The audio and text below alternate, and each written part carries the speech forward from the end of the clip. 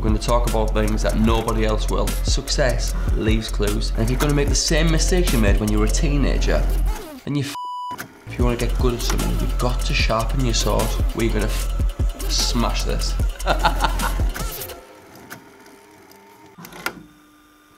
This episode of the Little Bricks podcast was kindly sponsored by Graeme and Gemma Lee. Please visit her Facebook to see all about Warrior and the clothing range that supports Gemma. Thank you so much, guys. God bless. Bye. Hiya, Graeme. How are you, mate? Yeah, very good. Thanks, Lee. Good to see you, mate. You too, pal. Hi, Gem. Hi. How are you?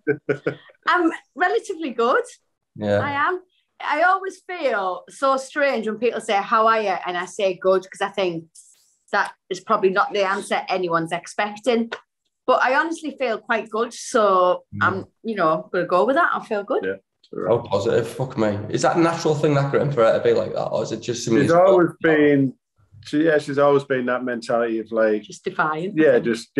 So everything what's going on, yeah, she's like, it's like a little, like in a race. So if she went and ran if Mo Farah was in a race, she'd think she'd beat him. Simple as that. She'd go into it thinking, I've got a chance. Yeah. I think you've got to think you've got a chance at least, haven't you? And that's why she is what she is and why she's sat here now. Yeah. Unbelievable. Heroic. Can I say something without offending at all? You look fantastic as well. Oh, thanks ever so much. Thank you. What about me? I was talking to you, actually, Graeme. There we go. So, guys, listen, welcome to the Little Bricks podcast. I'm blown away with gratitude. I've known you both since I was a child. I've got a lot of respect for the pair of yous, and as a couple, I've got a lot of respect. And I think over the past year, 2 years, you've really come to the forefront of Teesside's heart, really, and really a couple everybody admires and looks up to, and a family people just really have so much respect for, I feel, because of what you have gone through and the ways you've handled yourselves, really. It's just inspirational. Thank you. That means a lot. Thank you very much. It does. How did you meet and how long ago was it? What's the story of your relationship? Oh, wow. It was a long time ago. I tell the kids this story all the time because my little one, Hadley, our little girl, who's 6, she asks us this daily, tell me the story about how you and Daddy met. It's not romantic, by the way. I'm building it up like it's some big fairy tale. Millennium Nightclub, Lee.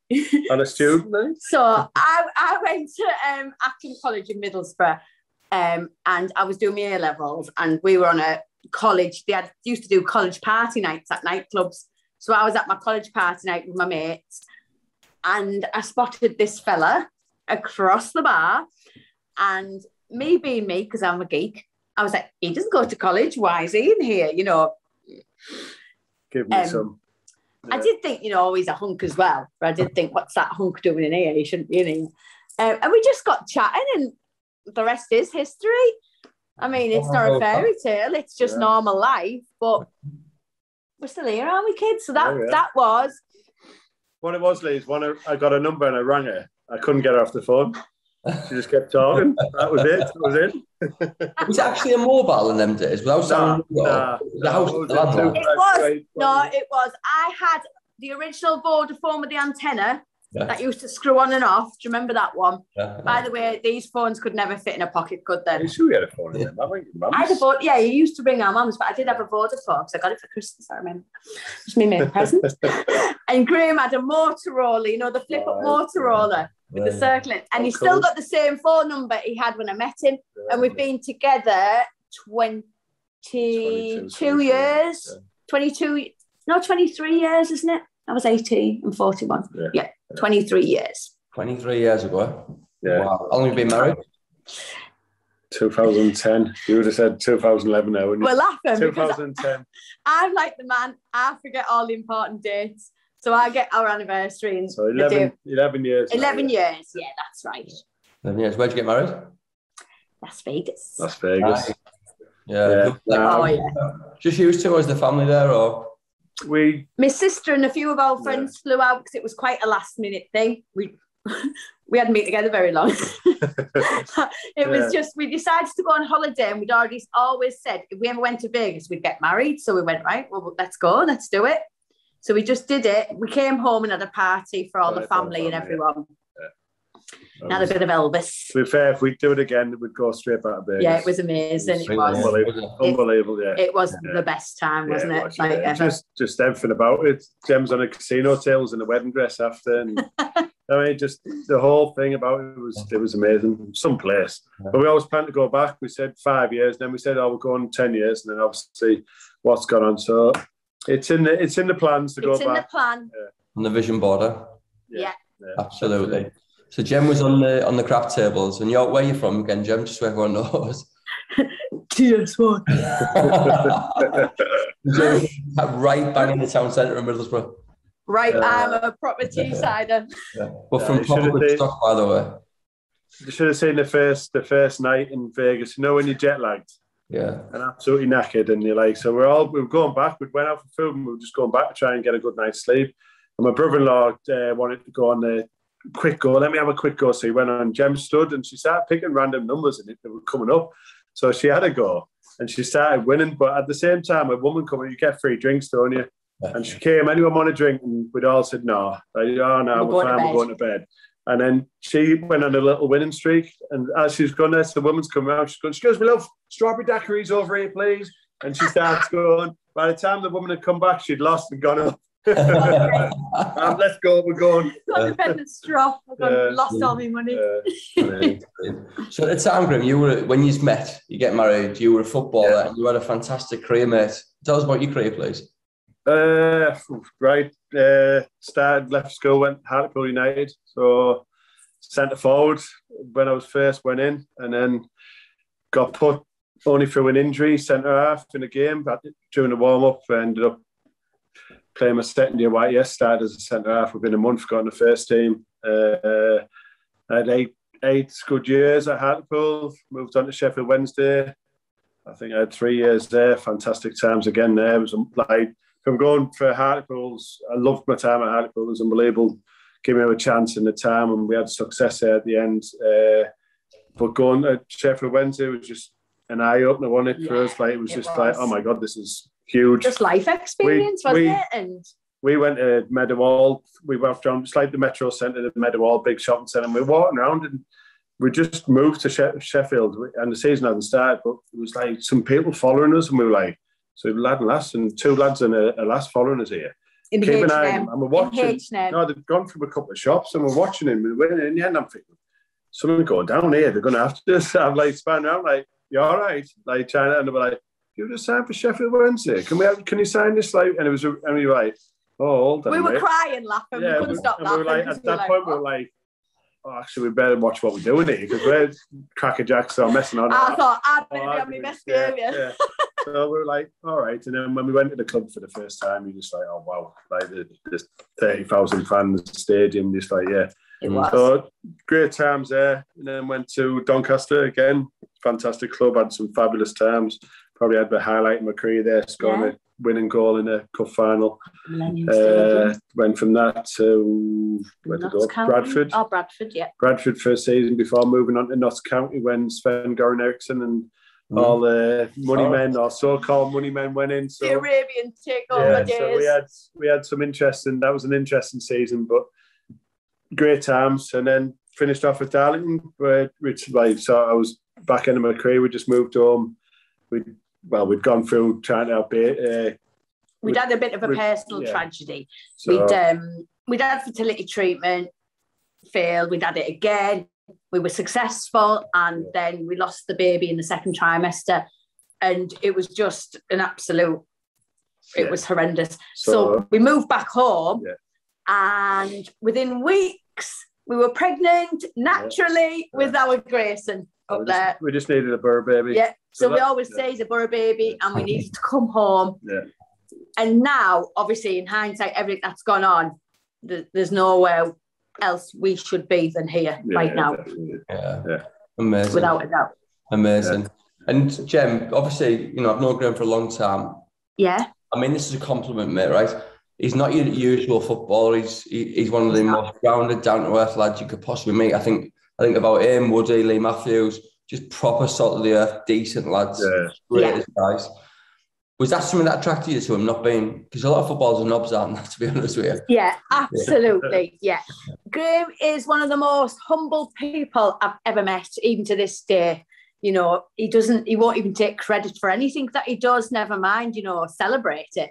So it was definitely something that attracted to me. I was, you know, I'd seen what other footballers could behave like, and that wasn't for me. It wasn't something that I would choose to be around. So he definitely was different energy, and I like that.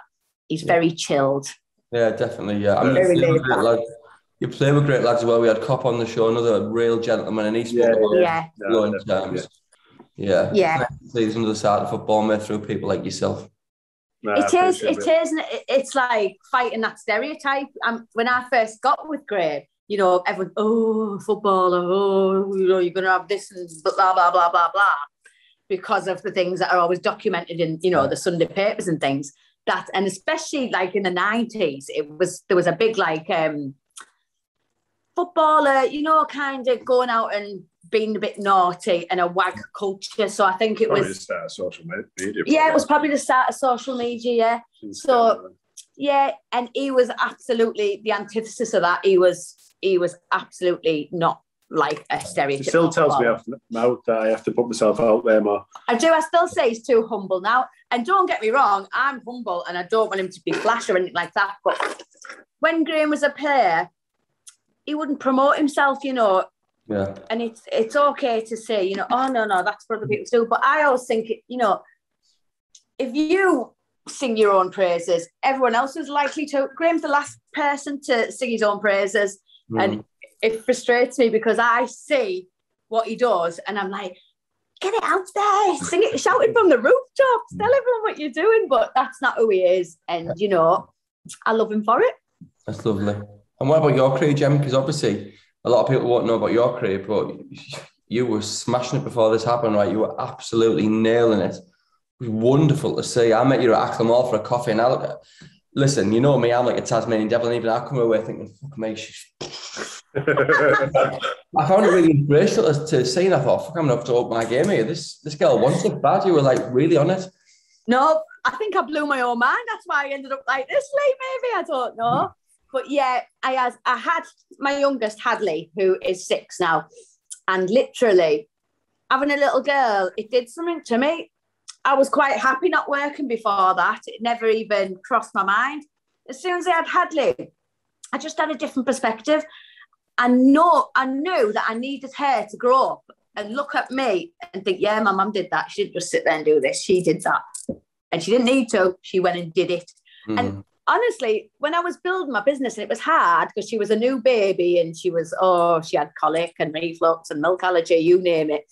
It was a really tough time, but it was so fulfilling. Like, it really was. Like, it was a point in my life I'd never felt as fulfilled as that in my whole life. I felt like I'd achieved something, but I felt like I had something to be proud of for the kids, and especially for Hadley being a girl. So it changed you having a girl, yeah? Definitely. I just think, you know, we grew up in the same area, and I know you're a man, so it's a bit of a different perspective. But for me, growing up where we grew up, there was positive role models, but there was nothing to aspire to. Do you know what I mean? There was no women making a way in the world or saying, you can do it. The best we could hope for was to get married and get your husband give you his wages on a Friday night. Do you know what I mean? That was the best that we could hope for. Yeah. So I think when I had Hadley, I knew I had to show her something different. I just knew I had to. Even if it wasn't for her, it might have been more for me than it was for her. But yeah, that's amazing. Yeah. It's so empowering. I was flying high. But as you say, you make plans and God laughs, doesn't he? She put everything into it. She did.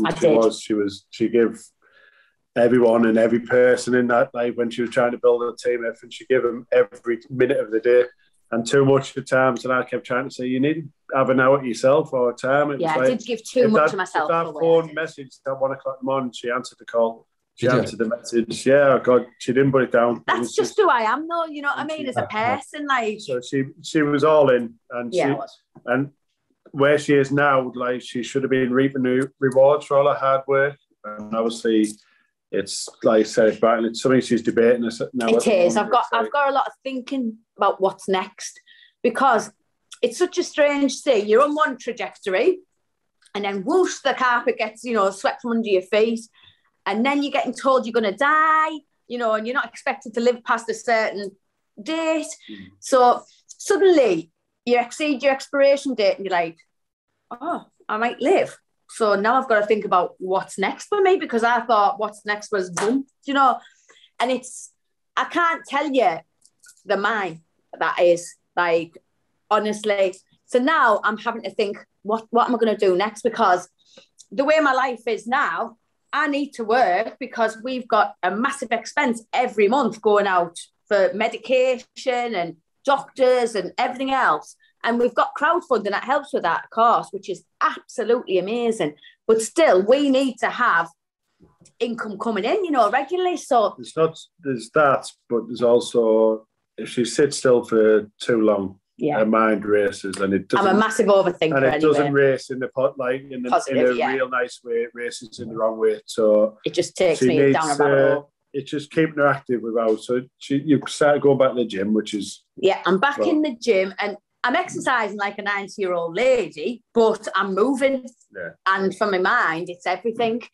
And I am debating what to do next. At the minute, I'm still in Herbalife. I've still got a business, but I've got a decision to make the next few months if I want to stay in the business or not, if you know what I mean. So I've probably got some good hard thinking to do to see what's next for me. Yeah, amazing. Well, I'm sure whatever you do, you'll smash it, don't you?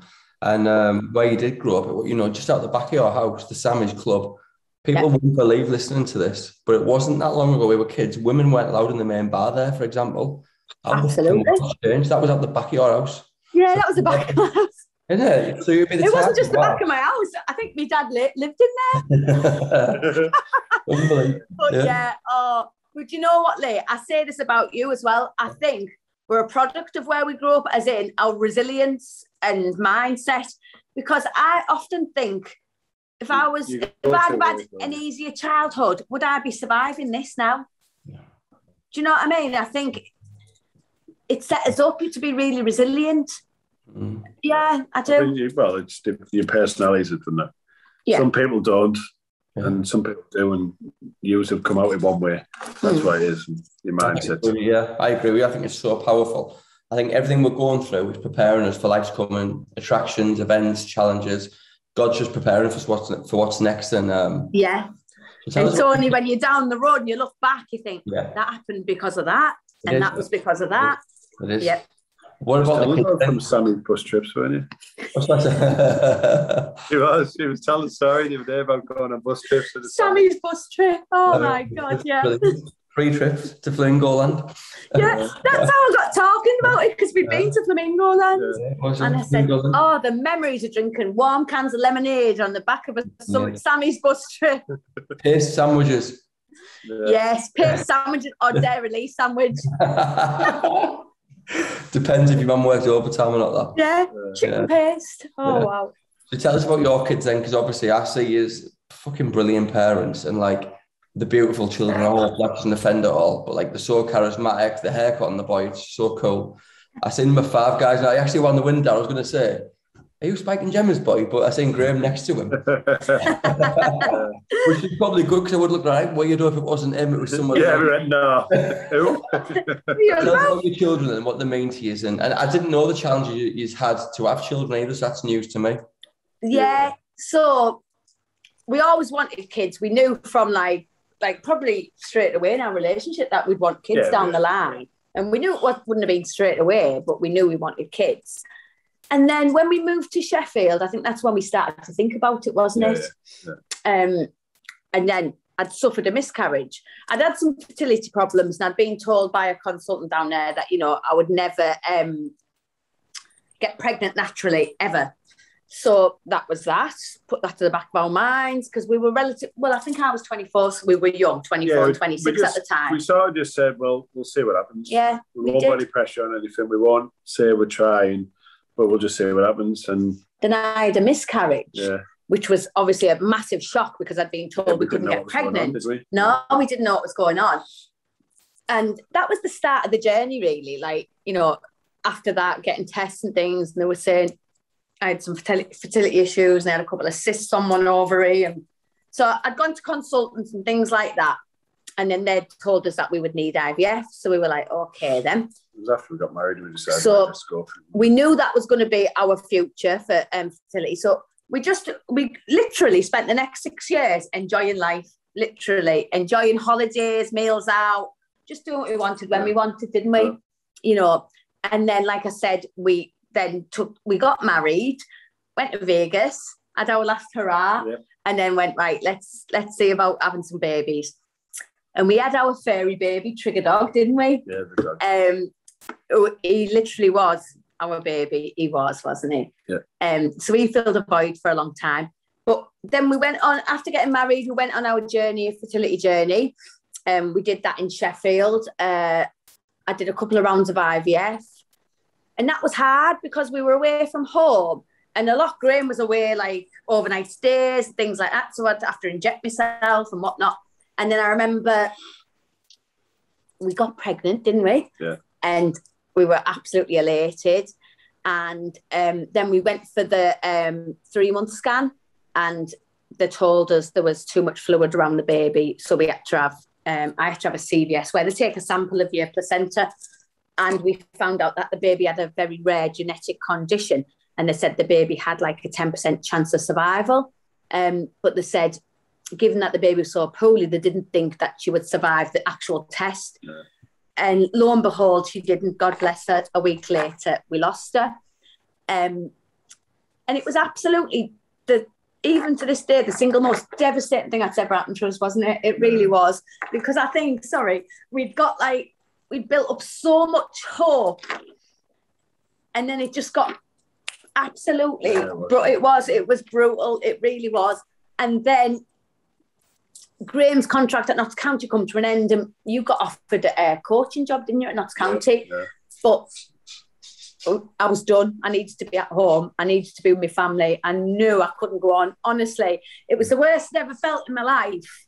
I remember thinking, I literally, if it wasn't for the dog, I don't know whether I'd have still been there, because I remember you went on pre-season tour, didn't you, to London? Austria, was it? Yeah. And I had to come back to Middlesbrough. We were living in Doncaster at the time, but I had to come back to Middlesbrough to stay for the week because I couldn't be on my own. I thought, I really can't.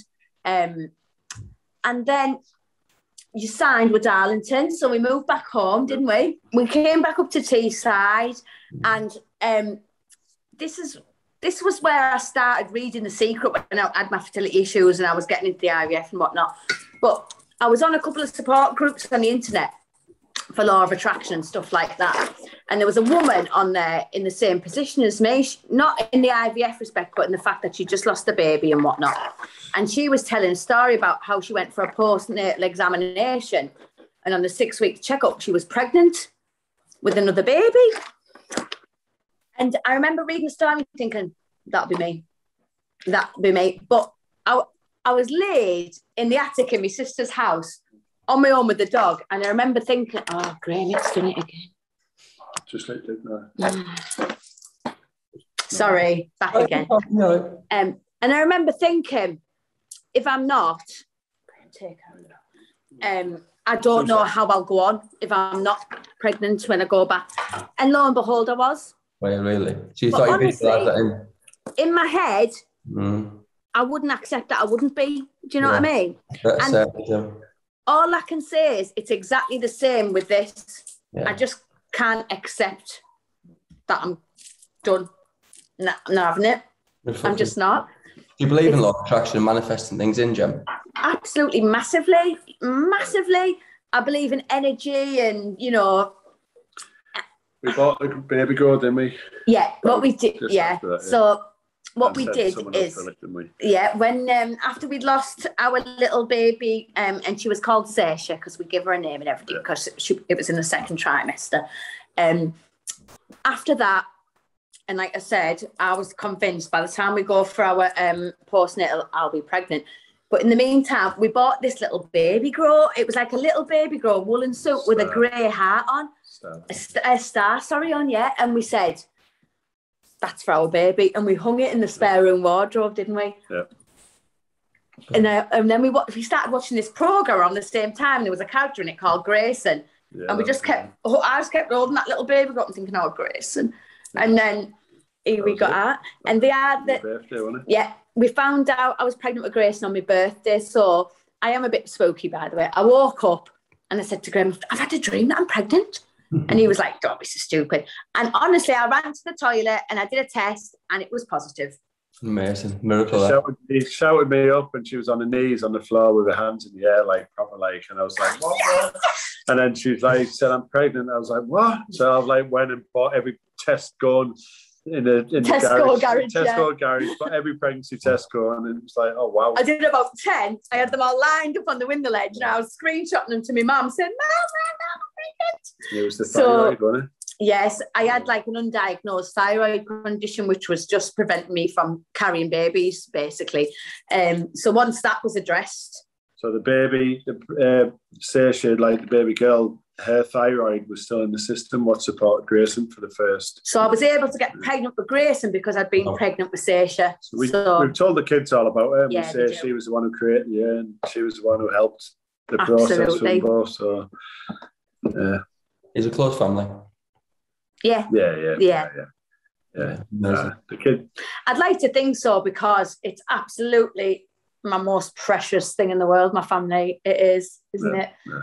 It's the thing we hold the most dear in life. Being back home, like, I knew once we'd gone back home, she was never leaving home, if you know what I mean. Like, went for 10 years, and then it was like, once you come back, you just know with family, and the kids have got 4 cousins, and you just think, yeah, we can't, like, to take them away from that would be. Yeah. So I obviously have ambitions of what I want to do in life from a management, but it's then comes to the stage like I'd probably have to commute because I know I couldn't take the family, like Gemma, away from the family. Circumstances are different. Yeah, especially what's gone on now. Yeah. It's just, you couldn't do it. Okay, so you have these miracle babies. You lived at home. You're doing great in your career, Graeme coaching and doing fantastically well. Gemma's flying in business. And obviously your world get rocked. What exactly, for those who don't know, what exactly is the condition? What happened? What was the sequence of events? And just bear it all, I guess, guys. Please. So it's grade 4, anaplastic astrocytoma, which is a glioblastoma, which is also known as the Terminator, because that's what it does. Basically, it terminates you. It's the worst. If you're going to get cancer, it's the worst you can get. And I've never done anything by half, as you can see by my story. Yeah. So what happened is I got diagnosed in the winter of 2018, sorry. In that summer, a good friend of mine was in a very bad accident, and he needed financial support to get him home from Spain. He'd broken his neck. So me and a couple of friends that decided to do a half marathon to raise funds. So that summer I was training for this half marathon. Now, I've always been a runner, so kind of know how I feel, if you know what I mean. But I kept having dizzy spells, but it was a very hot summer, and I just kept thinking, I've always ran, but not quite to this extent, half marathons, and not in this heat. So I just kept putting it down to being a bit dehydrated. And I remember one morning getting up and just literally hit the deck in the bathroom. I didn't pass out, but just that dizzy. So I went to the doctors and they kept saying, oh, I've got vertigo.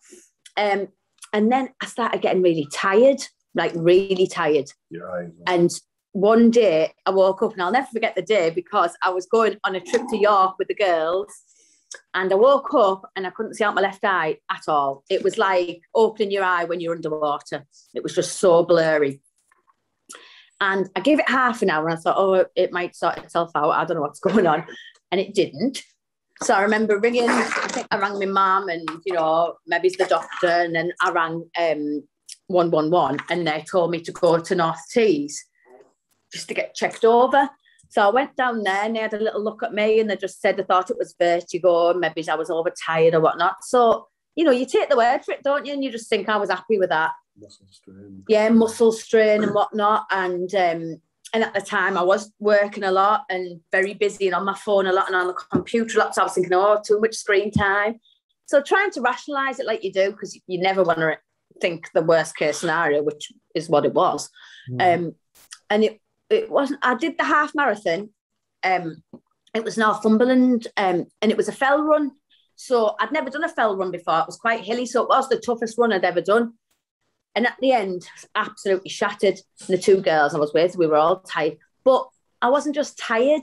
I kept saying something, I feel really weird. I couldn't straighten my neck. My neck was like kind of, it had gone all stiff and I felt like I couldn't turn it. To the point where I was going for a massage on my legs after the run, and I couldn't lay in the massage bed with my head in the hole because I felt so weird, uncomfortable. And then I was feeling really dizzy. And my friend said to me after the massage, she said, you don't look right. She said, do you want to go to the med tent? And I said, I do feel weird. And I've got a really dark sense of humour. I said, I feel like I've had a bloody stroke, you know, like I don't feel right. I was like, little did I know what was going on. But anyway, I didn't go to the med tent. I drove home, like you do, and got home and just thought, I've overdone it. I'm absolutely shattered. Get in the bath, have something to eat and go to bed. And that's what I did. And then got up the next day and I was at the doctor's for a pre-arranged just general appointment I was due to have. And I got chatting to the nurse who was a runner. And I was telling her about the run I'd done. I said to her, I just don't feel like I'm recovering like I usually do from the run. I said, and it's not my heart rate. I said, I just feel really dizzy. So she said, oh, I'll have a word with the doctor. She went and had a word with my doctor, who my GP, by the way, is awesome. She's amazing. Because I went and had a chat with her and she really listened to me because she knew me. And then this started going on and on and on, me feeling tired and whatnot. And I kept going back to her and back to her. And she listened to me because she knew I was otherwise really fit and healthy. So for me to be falling asleep on the couch really wasn't normal. When she says asleep, like... I was like... If you didn't wake her up, she didn't wake up. Like, so there was time, I got a call off the school to say they hadn't been picked up. And, like, that would never in a million years not happen. And it was like, at that stage we knew, like... That's when I knew something was really wrong because... Not right, yeah. And we were holding on to the hope it was... Because they said muscle strain in the eye, she was going to see the eye doctors. All the symptoms on that, when you Googled it, was like nausea and different stuff. You were like, oh, that's what it is, that's what it is. And you were just holding on, and then obviously it escalated. Yeah, and it was all over Christmas. I had these scans, and I had a CT scan at first, and they thought it was absolutely fine. And then they called me back in for an MRI, and I was told that they'd all thought it was fine. Then there was one guy who was working that day, who was new to the whole place, who'd spotted something that he didn't like the look of and had said, I think we need to have a closer look at that. And obviously when they'd gone in with the MRI, they'd seen the whole, it's like an octopus. It's like a mass and it has like tentacles coming off it, spreading out across the brain. It's evil. Yeah. It was weird, you know, like, sorry. So what did they say? The doctor comes in and says, let's have a look at it. They find this evil octopus looking. At first they thought it was a benign tumour. Yeah, they told us we had a tumour, but they were completely expected to be benign. So they said, we're going to do a biopsy, but it hasn't absorbed the contrast dye on the MRI scan like a cancerous tumour would. So they were expecting it to be benign, at the very most, a very low-grade tumour.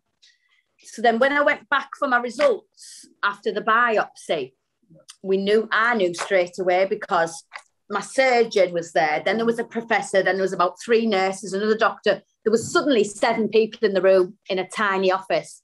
And I looked and he come out, grabbed some notes, went back in and then come back out. And I knew the way he looked at me. I can't describe it. I knew what he was about to say.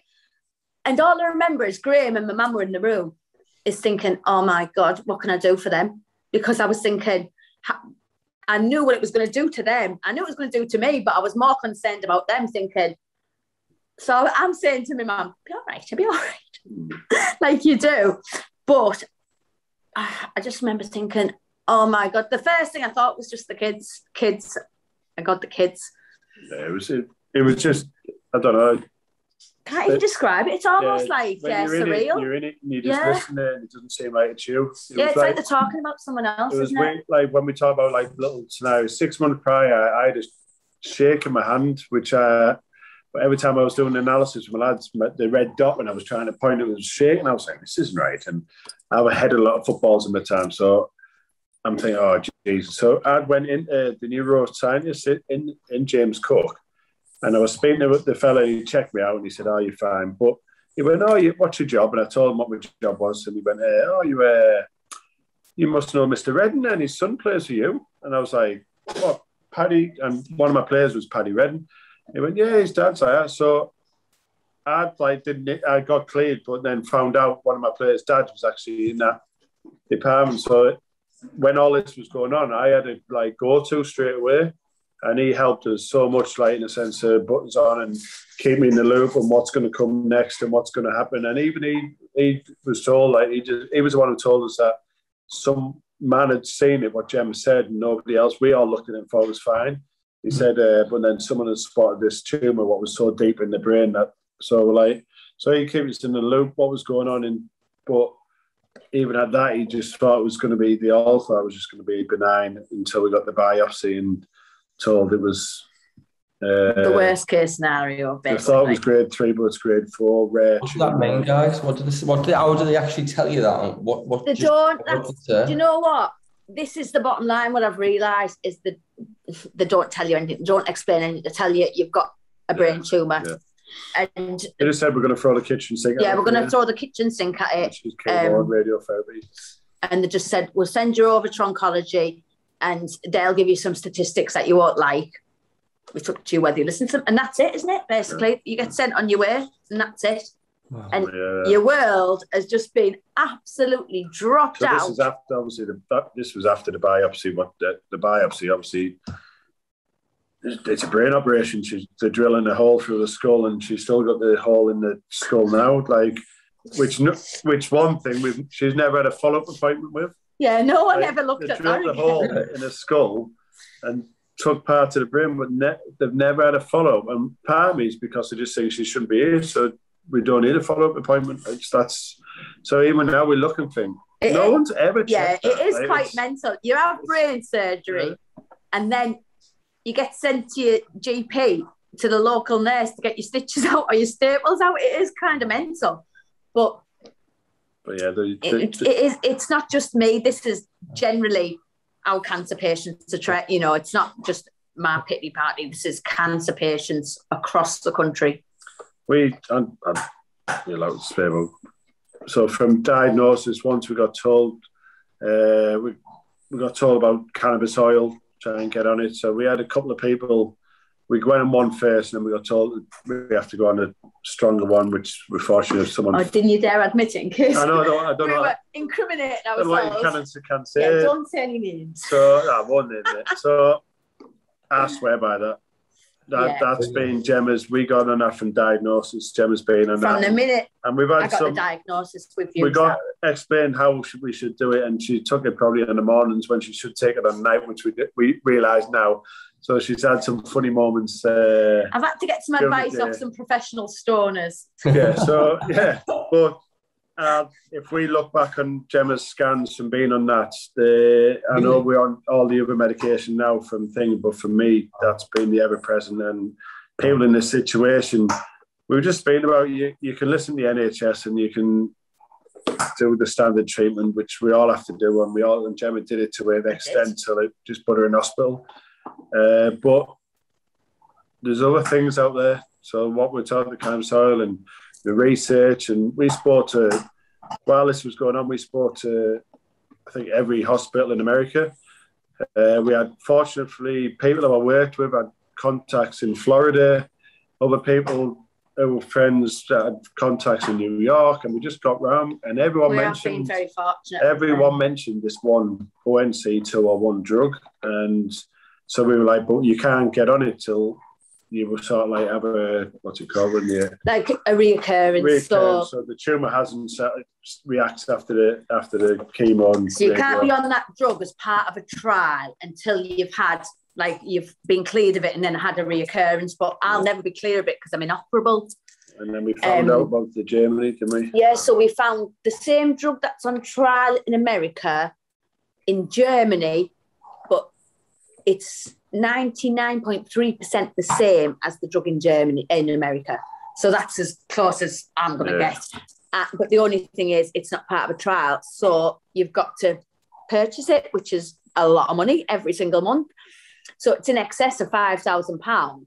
And then due to Brexit, we've now got an additional tax on that for shipping. So that was an extra £1,300. And that's every month. And we've no idea for how long I'm going to need to be on this, because I'm assuming while it's working, I stay on this, you know, it could be forever if it works forever. Yeah, you don't not want to do whatever's at the moment's go. Like, things are going you well. don't change anything. The last, 5-6 scans have said stable or more. So, and that's the best we're ever going to get. That's what they say as doctors. The best we'll get is stable, and so we just keep going with the stable. So whatever she's doing and taking at the moment, along with that positivity and that power in that brain of hers, our mind, we just keep going. Left of the brain, the brain, drilled through. The mind. So and that's how we are. That's where we have to be. Yeah. We skipped over a lot of dark moments. Oh yeah, there's plenty of darkness and chemo and there's still days now I don't get off my knees and I can't, you know, I'm hugging the ball, being sick all day. Right. Sorry, love. There's still days like that now, but for me, I just choose to just focus. I've just got to have hope. I focus on getting through every day in the hope that tomorrow there'll be an answer. There will be something else that can help. She said we asked, like, when things were like stable. So I asked the oncologist. We had someone in London we were speaking to, and so we were like trying to understand what he meant when things like it seemed positive. So we're like, so I said, so if you graded it now, what? Oh, she just turned up now. What would you say? And he went, oh, she's got a brain tumor. I'd send her straight to the hospital. I was like, oh, right. And would it be the same grade? And he went, no, the grades don't change. But no one's explained this to you. No one's ever said. Things are going well now, so it might change. So you're hoping on that. So that sort of like throws you a little bit like, all right. Yeah, because they give you a terminal cancer diagnosis, say it's grade 4. But like no one explains to you what that means, or you just know it's terminal. I think that's what it is. It's just terminal, and that's all they expect, basically. And I think me still being here is through a spanner in the works for some people, hasn't it? Like, they're like, oh, what do we do here? That's exactly. When you say you're terminal, like, did they get you in the room, the pair of you together, and say, you're we didn't ask. Well, I'm sorry to ask this. No, they just say grade 4, and then we didn't ask, and they didn't say. And they asked us, do we want, like, you know, like when they say the percentages, how long or what. And Gemma never wanted to know, and we were all happy with that. We were all, right. We'll just keep going. We'll deal with whatever. And then it wasn't until we'd finished the radiotherapy and chemo. Well, we'd come away from the chemo because it was putting in hospital all the time. And there was a scan we had, and there was some more progression. I think they said there were more highlighted. And so she said, "Oh, it looks like it's active," and blah blah blah. So we were like, so at that point, like, we didn't know. Gemma wasn't going in that meeting asking, "This is what I want," but she just got to the point. She was like, obviously devastated, and just said, like, "I need to know now. How long have I got?" I just said to her, "I need to know," because I knew at that point I've done all that and it hasn't worked. Right, how long have I got now? Because I need to prepare myself, and more in my mind, I wanted to prepare everyone else for life. Not, this sounds egotistical, life after me, but you know, like the kids and Graeme, like, who obviously rely on me. I was thinking, I need to know to plan what's going ahead. She just said, I did press her, I'll admit, I did press the consultant. This was about August time, I think, in 2019. And so she said, you've got less than a year, she said. So she said, you've got 12 months if you do chemo, carry on with chemo, and it was already killing me. And she said, you've got about 8 if you don't. And honestly, I can't even describe how I had the strength to make that decision. But I was so poorly. It was really bad at this point. Yeah, I was so poorly that I knew whatever I was doing at that point was killing me faster than the cancer. It changed the chemo, and it was a stronger one, and it was the most toxic type. It wasn't like, so if she said, oh, if we'd listened to them, so I went, oh, we're going to do the chemo. She wouldn't be here. I've no doubt. She was in hospital. She got diagnosed.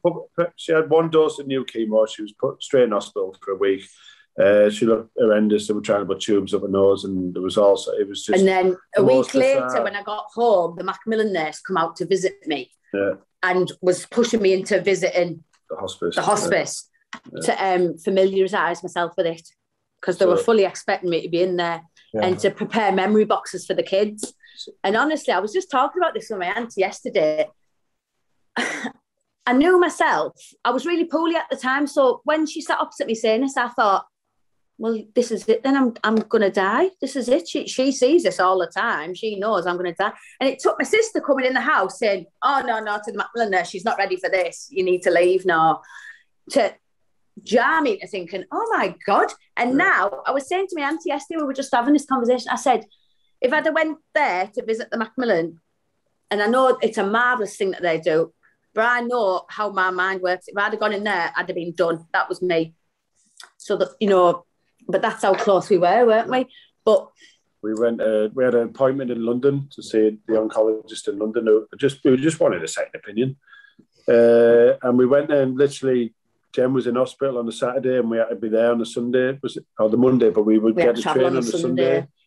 So I was like, we were like, we pushed her out of hospital, like mental state, like she was physically not right, but mentally, I'm going to London to see this man. So yeah, I was like, I just knew I had to get to someone who knew what they were doing, or someone who would help me, because I knew the path I was on.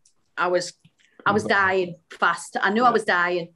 And there was one night in particular, I survived it, and there was only me and our mum in the room. And it was when they tried to, because they give me this other chemo, then they said that it had caused, well, they didn't tell me. Weeks later, a Macmillan nurse told me it had caused nerve damage in my upper bowel. So it caused a blockage, if you like. So it made me seriously ill. I was so ill. I was like constantly being sick, like projectile constantly. So I'm being sick like that, and they were trying to force a tube up my nose into my stomach, but I'm being sick. So every time they were pushing it, I was being sick and pushing this tube back out. Honestly, it was the most horrific night of my life, and I didn't think I was surviving that. Really? If I'm honest, I didn't think I was surviving it, and I honestly don't think. I think it scared me, Mum. That was more right, as well as like, Jem, the thought of, if is this my life now, then I'm not having that. That's why I thought the next day I'm getting up and I don't care what it takes, even if it's the last thing I do, I'll make it to London, because I thought I can't go on like this. We went to London, and we're not London people, and so we love London, but we don't know what we're doing with tubes and all this. And so she's I was saying, no fit state to be walking around London, but we decided to get the tube because it was right near where we wanted to be, and we got off of the only tube where you had to go up about 1,000 steps. I think it was something like 80 steps, spiral staircase, no lift, with cases. And we're up there. I remember a man with his Jack Russell, a little French man, asking me if I needed help. No. We were like, oh my God. And I'm like panicking like mad, thinking, oh my God, I'm trying to get up to it. But we went to see the doctor, and it was the first time he'd done loads of checks on Jem, like what no one had done here. Yeah, like physical checks, physical checks more than anything. Yeah. And then he was like, that's all really good, blah, blah, blah. And then he got the scans up, and he just said, look, where they think there's a recurrence, he said it could be a reaction to the inflammation from the radiotherapy. He said, and the way you are, I believe I'm more stronger in favour of it being that. He said, so the next scan will tell us where verify, we are, but verify. But if nothing changes with the scan, because these markings won't go away, but they're just a reaction, then I think it's in a positive way, and it doesn't look like. So we walked out for the first time since in a year of all the shit that we walked out with a smile on our face. Like, well, he basically confirmed what we want to do. He said, the best advice I can give you is get off that nasty chemo. And that was his words. Get off the horrible drugs, he said. Go live your life, he said. Yeah, he said, get busy living. Go and live your life. Yeah. And that's exactly what I did from that moment on. I just thought, right, this is it. I'm going to live. And we told the doctors, we went back and said, this is what we're doing. We're going this drug in Germany. They knew we were on the cannabis and that, but we said, we're going in drug in Germany. There's another place we went to see, Care Oncology Clinic, which does everyday drugs, which help stop pathways for the cancer to grow. Germany, they sort of like sniggered at us, and like give us nothing. Like, so like, you're really going to do that? What's in the drug? What's this? What's that? And we're like, it's getting success rates. We're not going to go on the chemo. And she's like, and they recommend, no, go back in this chemo. I'm like, no. So we did, and still to this day, they haven't asked us what, or we've sent them every information possible. They haven't spoke about us. And you just think there's other people in the same situation as Gemma, where they could be going, this is what we'll try. But we've got somebody else who's doing something else and it's working for them. So there's a little bit of hope, like, for someone, and they're not. And I just think that's the only disappointing part of, like, you're brilliant what the NHS supply you and everything, but it's just standard. This is, every single person gets the same standard treatment, and I still say, if we listen to that and we kept pursuing with that, which most people do because you trust them, Gemma wouldn't be here. I know far well she wouldn't be here. Do you have moments where you thought you were going to lose a Graeme? Where did you think, like, this might be it today? Tried not to. I've tried to just, and I'm now busy, so I try not to. But when she first got diagnosed, I had moments where I'd look at a picture of what we took, say, Christmas Day, and I could see in her eyes and that picture she wasn't there. So there was them, like, and then, I've lied in bed and rolled over and looked at them for fucking hell.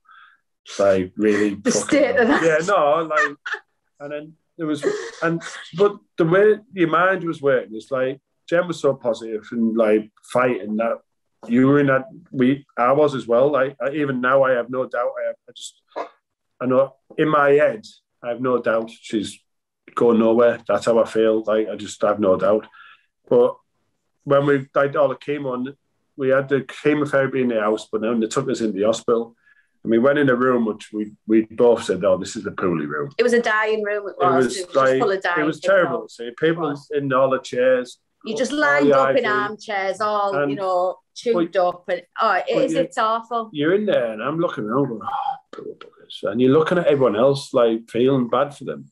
But then I look at Gem and I'm like, oh, fuck, that's us. Yeah, we're them. And you don't, like, it took me 10 minutes looking at everyone else, feeling sorry for people. So, like, we've walked in a room we shouldn't have walked in. Yeah. Like, felt like we shouldn't be. And looking at the people, like, thinking, so, like, oh, sorry. But then you look and think, oh, shit, that's us. Yeah, and it was like, we're in that position. So you had them moments, but I'd say I've tried 80% of the time. I've had no doubt in my head that she's going nowhere. Even when they've told us that, I don't know why. I just have that in my head that, like, I know what she like for thing, but I just think no, like, and like now I think she's just milking it. To be honest, please. I think you want to make us a cappuccino? Are we? You follow me? Jem, what's it like to have that support system like that there? I'm like sort of welling up with emotion, seeing how much she fucking adores you and doting you. What's it like to have someone like that there? I can't describe it because it makes me speechless. Honestly, it is. But he is the one person in the world I know would go nowhere. Like, he's my rock, and I hope that I'm that for him. Like, we've been together more of my life than we haven't. Do you know what I mean? Like, he is. And the thought of leaving any of them, I'm just defying. I'm not having it. No, I'm not going anywhere. No. Yeah. No. Well, I've heard you mention throughout this, you're defying about 10 times. You keep on saying the word gratitude and you're grateful for. You're getting about your faith and energy. And have all these things played a big part in your recovery as well as the treatment, do you think? I think mindset is everything. Yeah. Absolutely everything. Honestly, I do. I've always thought that about everything in life, full stop.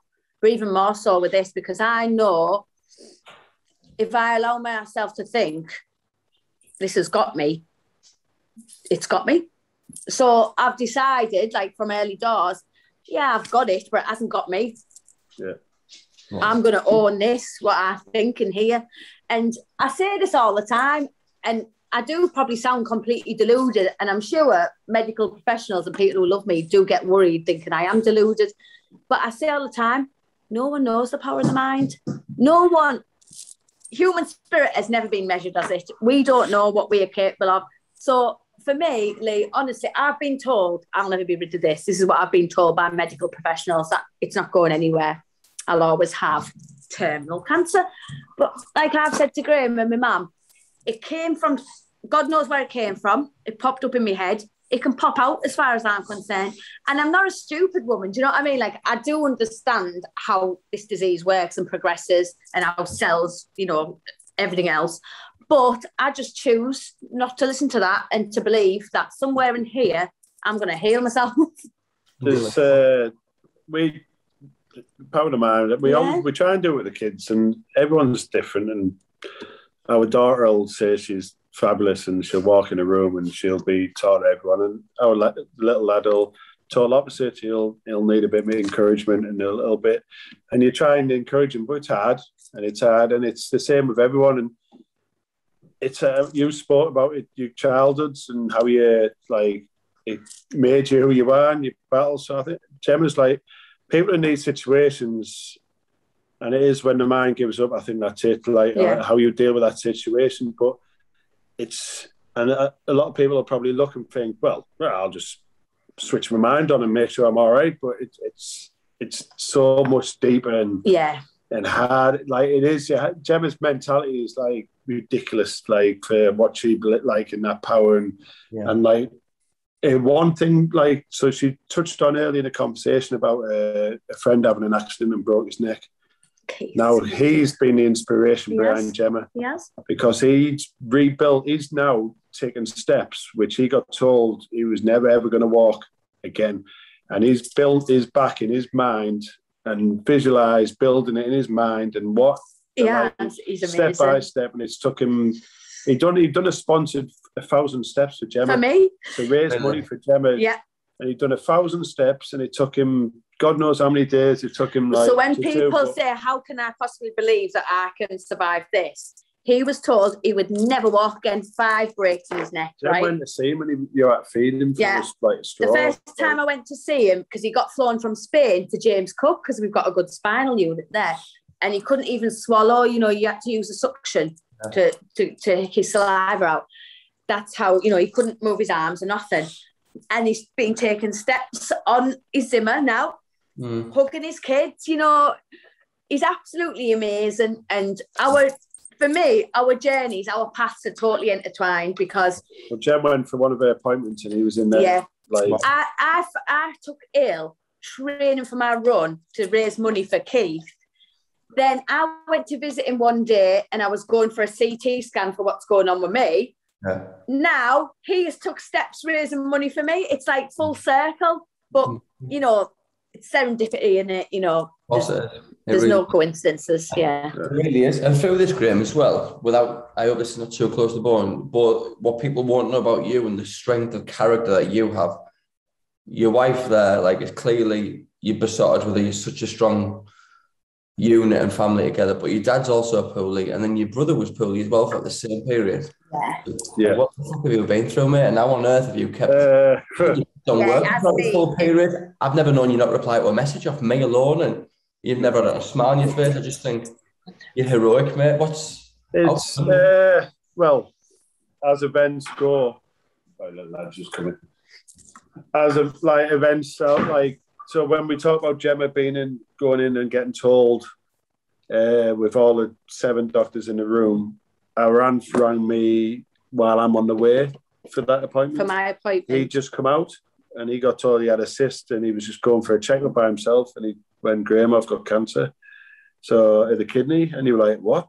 So we've had that, and then going in from Gemma, it's like, fortunate for our Anthony's, they could go in straight away, took half his, it wasn't as simple as that, but it was a big operation where he didn't need to go on with a chemo and anything after, but it's still, and to be honest, for my brother, it changed his mindset massively in life. Like, you'll see him on face, his energy is in a better place. He's gone through something which has brought him into such a thing, and like for a brother, I'm proud of him to where he is and what he's doing. Like, it's been hard as a family with your dad as well, hasn't it? To see my dad now, it's hard, and I don't know. Sometimes I know I don't see him enough, but sometimes I think I'm scared. If you know what I mean. It's a cruel disease. If I think about it, like Alzheimer's disease. My masking. Yeah, dementia. Yeah, so it's the cruelest. It's a nightmare. Cruel, it's sad. My brother's at home, so that's like sort of like God sent out. He can help, but you have glimmers with him. I have little things, and he lights up with the kids. He just wants to see the kids. His joy, the kids. His absolute joy. It's hard. It's the worst. They told him, "Mum, you lose them twice," and they're right. It's true because you're grieving already. He was a personality. Majority of Middlesbrough know my dad. Yeah. Like I said, he is a legend, and he was full of it. And he's now you walk in, I'll phone him up, and he's like a couple of words, and he wants to get off the phone. But your mum on, and it's because he doesn't. I think he doesn't want to make a mistake. Yeah, and he's a bit nervous. It's just like, and he just it's been. If I stop and think about things, so I can't stop and think about things. That's the only way. Just keep going. That's the only way I can deal with it. Yeah. Keep going. Honestly, all the glimmers of what I get from my dad, like the little bits of when you see. We've just decided, haven't we, to make the best memories as a family that we possibly can. It's his way. Jem says it when people say like, "You all right, Spike? How are you?" And you go, "Oh, I'm okay. Yeah." Or message, "I'm okay." Because you feel as though you're not allowed to say I'm good. Yeah, I know what you mean. Yeah, you feel like it seems there's so much going on, but you're still trying to live like you do stuff. I'm still at work. Like work have been brilliant when Jem was off, and they supported us and they give us time so I can be with Jem as much as I can, and I can if I need to leave, I need to be somewhere. They're there for us, but I take a lot of pride in my job, and I love my job, and so that keeps you busy, but I know I can't bring my job home because I have to be switched on here when I come home and make sure I'm helping with other stuff and with Jem and the kids. And he's got his hands full. The kids have been my main focus. And I've probably just thought, right, my role in all this is to make sure they come out of this and they're not traumatized trying to be the least traumatized as possible. And it has been hard.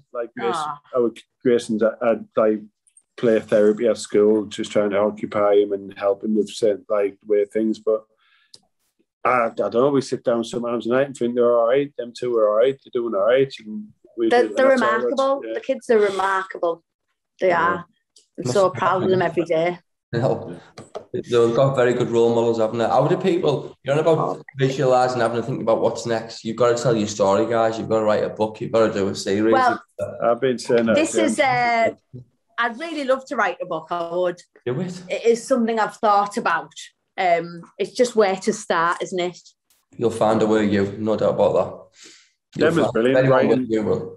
She's got her blogs and everything she does, but they're brilliant. They're brilliant reads. Yeah, I've always said she should do it. I just think to help others more than anything. Yeah, how do people follow you then, guys? And how do people, you said about the crowdfunding there. How do people follow? How do people raise awareness?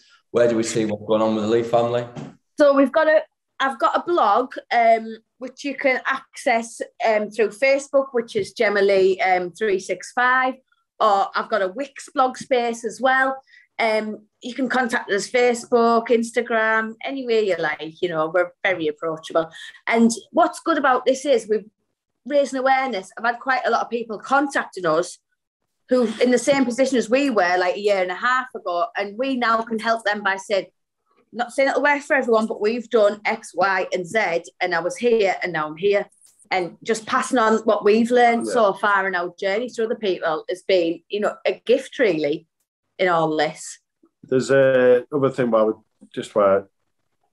the support we've had. Oh, immense. The people who have done things for us, and it's that's another massive part of Gem's knows she's not just fighting it by herself. That's how it feels. So we try and put it Gem's in the ring, but she's got all these people in the corner with her. It does. It feels like I'm going to battle, but shoulder to shoulder. Our goddaughter's created GL clothing, and all the funds, the profit goes to our funds, but the clothing line's been absolutely amazing, and other friends have done the research and the help and getting the medication and the fundraising. The support's been phenomenal. Honestly, like the Gobside is still going now. There's people arranging nights, and there's a night on the 6th of November going to be at the Dormans Club, which is going to be a big night, and the band on, and all sorts going off. So there's things happening, walks. We've all been in walks, and honestly, it's been like there'll never be the right or enough words to like convey how grateful we are. There really won't. Thank you will never be enough. It won't.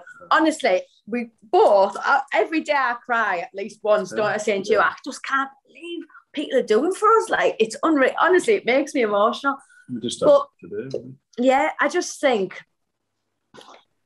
there's so many good people out there, but I tell you what, there is tons of good people in Teesside. Teessiders are a special breed, and I'll stand by that forever. I really will.